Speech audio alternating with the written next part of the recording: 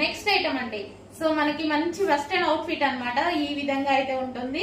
చాలా మనకి short frock లాగా చాలా బాగుంటుంది.